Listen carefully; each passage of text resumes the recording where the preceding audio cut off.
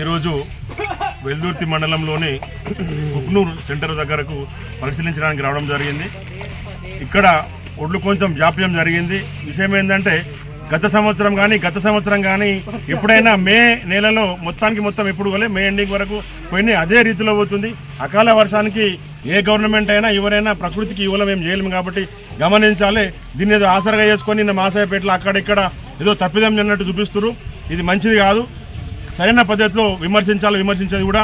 ఏదైతే నిన్ననే మన కేబినెట్ చర్చ జరిగింది. చర్చలో కూడా గౌరవ మంత్రివర్యులు చెప్పారు, ఖచ్చితంగా చివరి గింజ వరకు ఏదైనా నానినా కానీ తప్పకుండా పోతాయి, తీసుకుంటాము, గవర్నమెంటే ఖచ్చితంగా తీసుకుంటుంది, ఎవరు ఏ రైతు కూడా ఆధారపడొద్దని చెప్పి ఈ విధంగా చెప్తారు. ఈ రకంగా సెంట్రల్ వాళ్ళకి అందరికీ రైతులకు భరోసా ఇస్తూ ఏదైతే మన మండలంలో ఇప్పటికే 2,60,000 బస్తాలు పోయినాయి.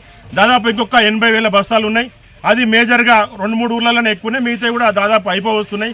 చిర్లపల్లి లాంటి చిన్న సెంటర్లు దాదాపు అయిపోయినాయి.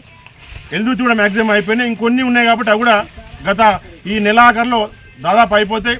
మొన్ననే గౌరవ మంత్రివర్యులు చొరవ తీసుకొని మన ఒడ్లు మన దగ్గర రైస్ మిల్ కొరత ఉంది కాబట్టి మన ఇక్కడ నుంచి మహబూబ్నగర్ డిస్టిక్ కానీ సిద్దిపేట డిస్టిక్ కానీ కమిషనర్ గారి లెటర్ ద్వారా ఈరోజు మనం నింపుతున్నాం.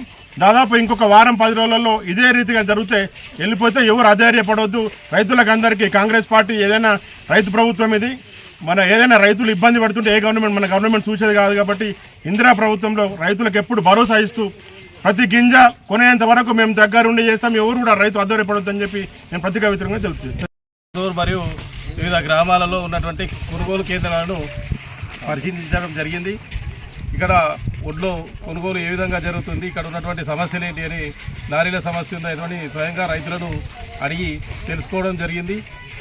మన మండలంలో కోఆపరేటివ్ ద్వారా పిఎస్సిఎస్ ద్వారా 22 సెంటర్లు, మిగతా ఐకేపీ ద్వారా సుమారు 6 సెంటర్లు ఉన్నాయి. ఇందులో ఒక 7-8 సెంటర్లలో పూర్తిగా కొనుగోలు పూర్తి చేయడం జరిగింది.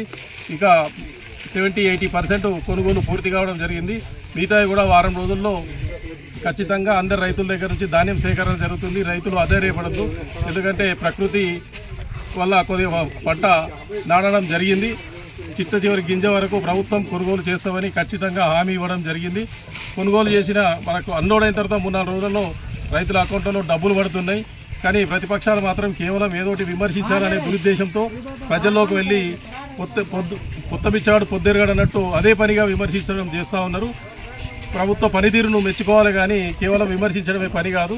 ప్రభుత్వం స్పష్టంగా ప్రజలకు హామీ ఇస్తుంది. ఇచ్చిన హామీ ప్రకారం కట్టుబడి చివరి గింజ వరకు కొనుగోలు చేసి డబ్బులు తొందరగా చెల్లిస్తేందుకు చర్యలు తీసుకుంటుంది కాబట్టి అందరూ సహకరించవలసిందిగా రైతులు కోరుతున్నారు.